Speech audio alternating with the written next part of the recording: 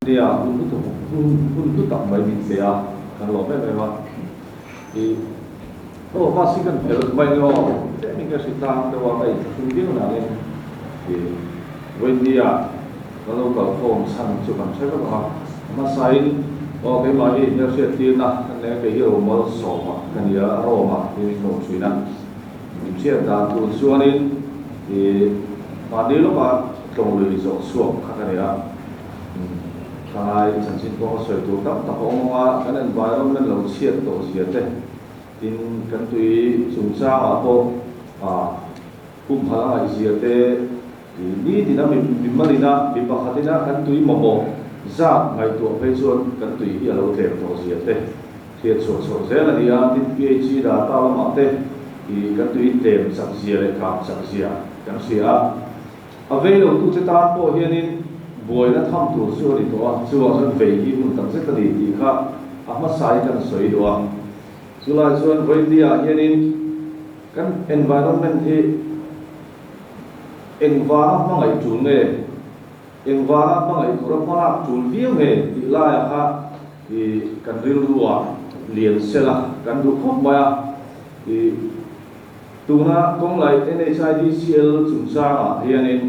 thì malam này na atau em maya thì tiếng nghe hoa cảnh là tiếng nghe cần chết xuống thì hiện lưu lưu ở hấp maya san su thì cần lùi tê thì xiên thì nó sản sinh cần buông thala tê video khác không có cần lâu buông chúng ta cho nên ami bui mizo mi bui tê cần chọn đồ là mai hấp maya सरकार मो डिपार्टमेंट मो ते सब उता हियन kan da thei lo wa chu ang so ke ni youth environment lam te po he hianin kan ong che chuang adia boi dia po ma la zela ma tin andor culture te andor kal mai te po kan andor kal zela wo sen takin kan ram ta ne kan din ngai ni sulai chu engwangin nge hangai i lai kha i soilan le phang kan dua kan lui te lấy vũ mà vào cái chuyện đó thì hiện mình đóng tại ấy giống này chụp giải nó mà này mà này lúc đó soi em khai nên trong lui nó còn giống xua cái sòng bồn rất buồn cười mà còn giống khác của người là cái riêng ai trong đúng là ấy giống anh ta và lúc đó các mang tê sang mang tê chèn cổ đập tê peter tê cùng đóng tập các tổ tê khác anh tu lệ anh phát ấy thủ tê anh mà đi sống na các chèn cổ đập pin sah tên mà thế thì cho nên được liên quý thằng liền tên đến lộc lộc này số tiền không cho nên gắn lòng lùi bi cả bộ thì bị tóm ta cái nụ nó ta ra bằng thì anh về này balu lạc thế bộ bị tóm ta cái cài tin mày ấy giống na bằng xuống của sống na bằng số lại số này cái tiếng gắn lùi thì gắn tua ta gắn bằng ấy chủ gắn tỷ cho nên chủ này mà sẽ là lấy vốn bảy đủ đa vàng thế lấy vốn bảy đỉnh tổ lỗ vàng thế hiện bây giờ bị cái thằng thang đi xuân trắc xuống anh lâu đi là anh drive vào cái xuân thì in lâu xoay này cái balu thế hi in sắc na là ổn tổ lỗ cái balu thế hi sẽ em vậy này chứ mà anh lâu tiếng vốn hết đủ ra mà sẽ là thổi là anh phải lâu đi xuân chứ sự anh vàng cái này cái lấy vốn bảy đỉnh lâu vàng này cái lấy vốn bảy đủ đa đủ vàng in kan balu tha em chui te kan ti sia ti no mani ke mani le ke mani vek kan in ti sia ke ni chuan balu la mo sahama ne mo cheng kol khore mo khan ei kan zong do mi lo po ni thei ma sala lo thei lo na wa kha tiang pa ei zong kha mi tam ta kan no wangin kan lui hi kan tu ni kan pa ei tu la an ni ta ei zong na thwa kan siam sak thei na chuan ni kan lui kan phang aya tuit na thwa kan ne a lấy phú cái mà bol lối mà cắn lùi tới cắn gì bol lối phát cắn một phút này chứ số mình tóm tập cắn tròn quy thế là bộ này à lúc nào có highway lại chúng ta mà lấy phú bảy đủ đa na vào lấy phú bảy đủ đa lúc tụt na vào mình cắn lùi tóm tập cái gì xia thì nó mà ăn lùi té khang lùi cái mà buồn khai mga ay zong xuống một số tắm tập te nun nát na khát sụt giật screen ông này chú chú lúng ồi nó tụt thì ổng lẩu zo cái này chu wang chuan in voin ni a po ke ni ringot hi hei heti te mai hi kan ni a ama ro chu ta chuan in press meet te media lam kan mo em chawa chu wang chuan in he kan riu na aveile kan duai hi min au chu sak turin kan somin kan nge zo tho pui tu hi kan som tak me chawa ke ni ringot chuan in han au ve thin mai la i a thlen chi na to ya a thong na to lo ni chu wang chuan in hei hi Mizoram anga kan chana ma an la hi hun to sia chu wang chu ke ni no pang te ringot ti chuan kan han ve view thina a thong na to lo ni chu wang chu tho pui ya kan som cho kan nge zo in mi tran pui na kan ti tak me lo ni chu la chu kan thir thiam po kan duwa lui sang sanga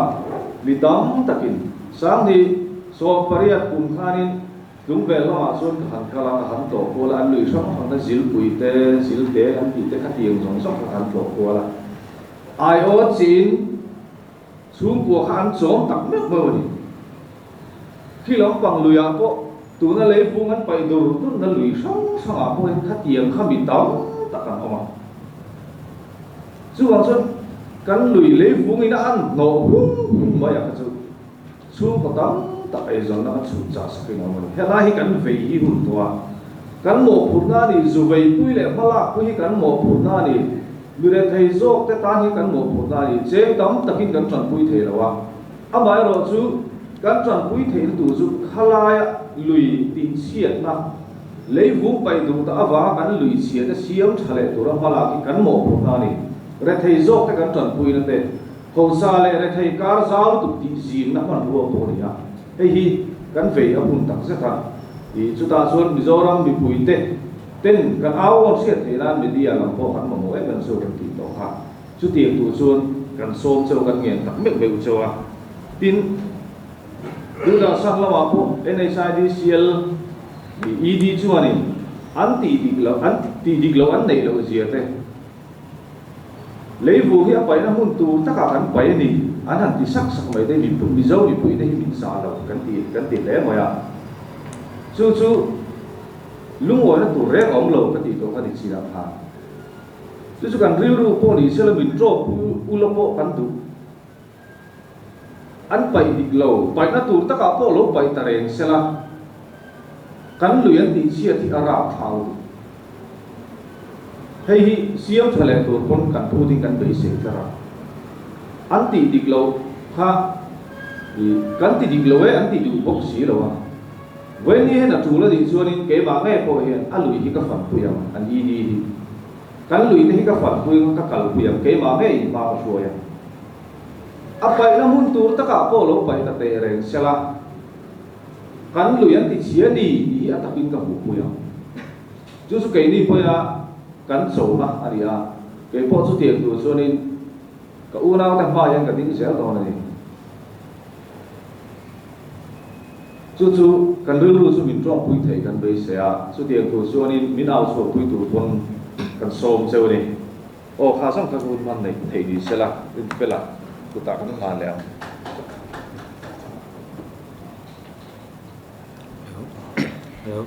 hello kaltaro hello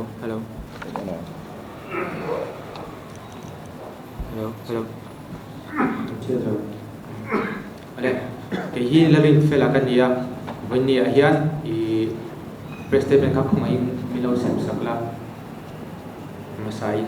joinin kami seman di chungkhan ka pingan soi lokanga darin fela kan dia kapulami ka dinglama mi hi I mai kalaram ding liana ania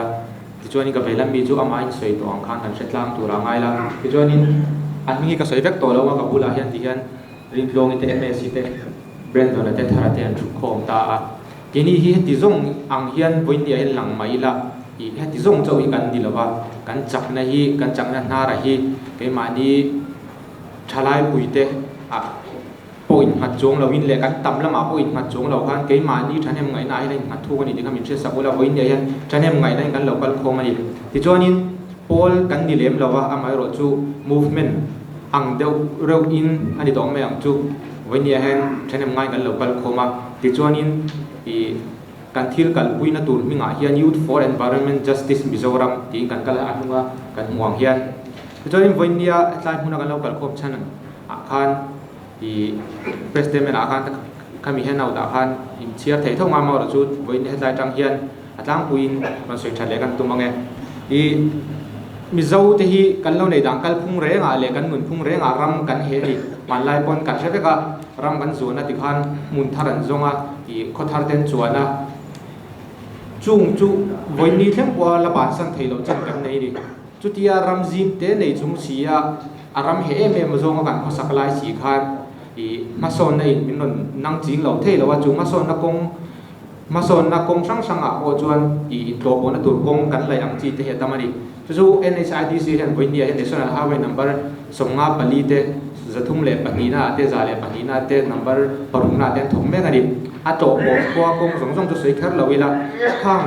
kan kong pui lai zong zong khan NHI kan lai zong zong khan NHIDC te hian man la vek ani chu ta chon an malak dan adik lawani e an thil ti hi an kong lai dan phunga hian i environment law an job lawa clearance ten nei lawa impact assessment ten nei lo ni ti ka han se sau da zela chunga wanga kan ram leilung a chena sar duk tur te kan lo thona wang le kan ven thon em wang chuan ke ni thalai ro kan lo kal khom adia chutia ma kan lang na kong pakata chuan he movement wa Youth for Environment Justice Mizoram ya ron ding chhota a kan malang na bo kan malang na ron chau zong in ti to mayang i NHIDCL executive director khan i kan convener Ruat Felenu pi banam chongi kha i in mu puya te lo soma ange in terms i chongkama thu i anwar zong in nor lawa thu soi fel thei turang zong ten in pia pui alo soma ni oma amai ro chu ka po kha pi lu chongi ro chuan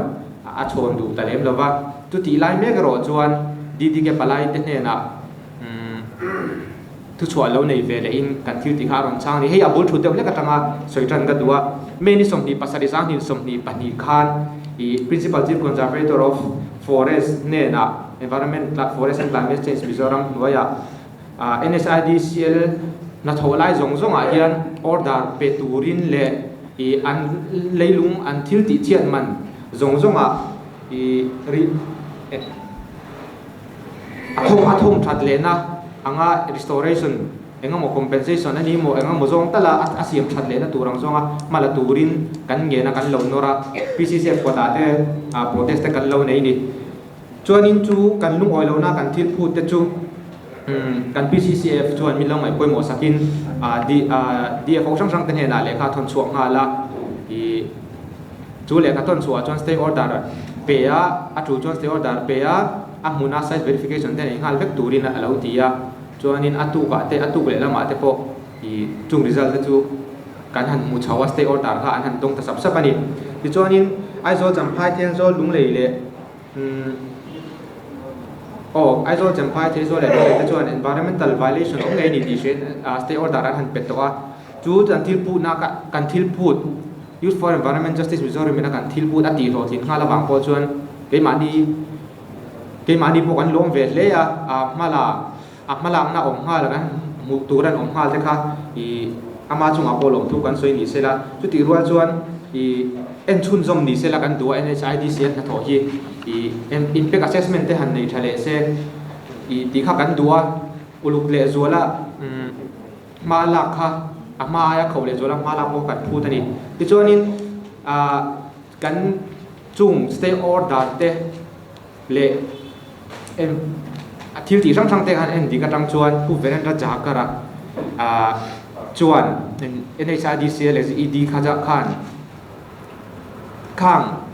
DFO te na order an pek to nuwa khan environmental violation om ngei ni ti an fi awanga stay order an pek to nuwa khan afin fi na kan nei zong zong le khang zong zong po kha oi du lawin a haider nge ti tur zong mai turangin i Mizo mi pui te ma press statement nein press statement siamin i leibung te apai na tur dik taka kan siama lui tui te po fur lai te jon anu thin sim thima te a han ti vele bok ni kan lo sia chu chu ju ni sari sang hi som ti pani khan ni ome ข้าอาทิตย์สอยข้าเกณฑ์นี่สุกันริลรัวนั่นเองมาอาทิตย์สอยก็โดดอดีตเปียละมามิจงมีปุ๋ยแต่มินจ่าเราเฮ้นี่อินกันเชียจู่ๆวันนี้เห็นช่างตูริงกันเราก็เลยดิผู้เวรนดาจาการะ NHIDC Executive Director วันนี้เอลัยมิจรัมซุงอ่ะฮันเดสระไฮเวย์นัทโถสังเอ็นคอลตูฮีเฮนี่ Youth for Environment Justice มิจรัมเตจวนโดนเงี้ยงั้นอาศัยนี่ตีเลยอาทิตย์สอยเตะค่ะเกี่ยมันนี่ไงแต่เนี่ยนะอักมุนักกันละฟิอาเตปอกันเจ้าวันนี้ตีกันเชียร์ตีตัววันนี้ยันเฮงฮีอามันมีดาวเชียร์สักเซตีนอาเชียร์ตาตานชิมเลยมิจงมีปุ๋ยแต่เชียร์ตาตานกันหนุนเชียร์ชัวกันไงเวรนดราจาการจวนเจนิสริทารุสาหิสมพีปฏิคันดีที่เกมิจรัมปลายเนี่ยนะอันกงไหลบุ้งเททั้งจุงจ้างอาดานเลวเองมาอันตีเราทุเลไหลบุ้งไปเราตัวรันไปเราหน้าตัวรันไปเราทัวชิละโดนเกี่ยงกันสวยนี่จู่วางอินแห่ง national number สมมาปลีnumber national highway number บารุ national highway number ซาเลปนีบีเด national highway number จะทุ่มเลปนีอาเฮียนดานเราว่าอันเลยบุ้งไปเอ็นเฮาตัวรักันคุยตัวรินกันอินเปียเราอินเปียเบงฮาลบอกเราเซ่เวรนดราจาการินดีที่เกมิจรัมเนี่ยนะ forest department เฮาตัวเทนเนี่ยนะเอ็นเฮาอับวมังเงียเฮียนอี environment forest and climate change เฮาตัวเทียนเอ็นปุยเงียเราเซ่เวรนดราจาการจวนดีที่เกปลายเนี่ยนะฟูไลน์ลุยจูอนุชีนะที่ดังละมันนี่เราทัวชิลปกะฟูไลน์กันลุยตุยนุสติอาเลวุงที่เลจิรดูมินอตินุที่มีป้าหมายได้จวนป้าหมายด้านจวนเชียร์ชันเราจีอันนี้เราฟินเฟียนะวิดีโอคลิปกันในปกนี้ NHIDCL กงไหลน้ำมุนสมกัวปะกัวpoint ปะกัวปาร์เซนาเฮียกันลุยกอเลลุยเตอันกงไหลวุ้งอินชินเวกาวางินรัวสูระอันกงไหลวุ้งจิระจังตาจุกันลุยเลียระลวงลูตากันลุยเลียเตจุเลยวุ้งเลยบอลโลอาคาาวางินกันลุยตุยเตมันตากเลยนันดุดผาตีอักมุได้คุยตูรินกันอินเปียกันเอ็นหงไงตูรันยังเวรนดราจาการันกงไหลน้ำมุนสังจะสมทุงปริยัติเลวุงอันไปแต่จู Deputy Commissioner พัลนาเวกาไปอันดีทัวสวยปกะ DC เทียนพัลนาอันเปียอันดีจวนอโมอันพูดตัวรันยังอ่ะ NHIDCL Executive Director เฮียน DC เทียโตตาปูนี่จวนมิโซมีปุยเทีย DC เทียทับางเขาอินอันมากันดิ่งังมิโซมีปุยเทียนะตั้งกระสุนมากันรำเลยลุงเลยอาเขาสังนับปีเด็กผู้เช่นกันเราเนียงหาปุยต่อฉันเราตัวริงกันเงนะกันถาตุเตนันถากันเซลเตตานาดิมโดยตักอันเราเอ็นก็ละมีเรามิมสักคีกันถาเราอมเซลตุเตตานาเจนัทลักอันนี้เทนานกันรำฮี National Highway Infrastructure Development Corporation Limited NHIDCL เตนัดตีเชียนแม่คุมหิมตูริน